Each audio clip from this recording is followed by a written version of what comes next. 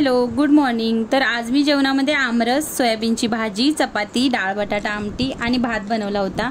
जसं की सर्वांना माहिती आहे, बदलापूर नवी मुंबई हायवे जो बनतो आहे तो आमच्या बिल्डिंगच्या जवळपास एरियामधून जातो।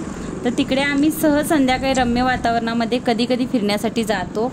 तिथे जवळच करवंदाची, आंब्याची, जांभळाची झाडं होती। मग जांभळे पाडली, जांभळे खायला घेतली। मस्त गोड होती जांभळे तिथली।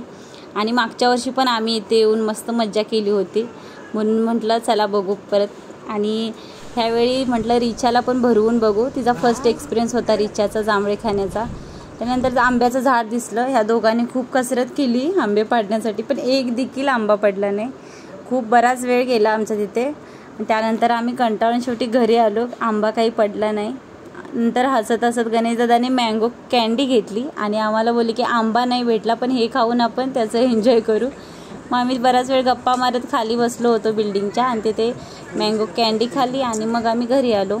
तर इथे बालपणीच्या आठवणी जाग्या झाल्या। तर तुम्हाला हा व्हिडिओ कसा वाटला कमेंट करून सांगायला विसरू नका, आणि आवडला असेल तर नक्की लाईक, शेअर, सबस्क्राईब करा। भेटू नेक्स्ट व्लॉगमध्ये। बाय।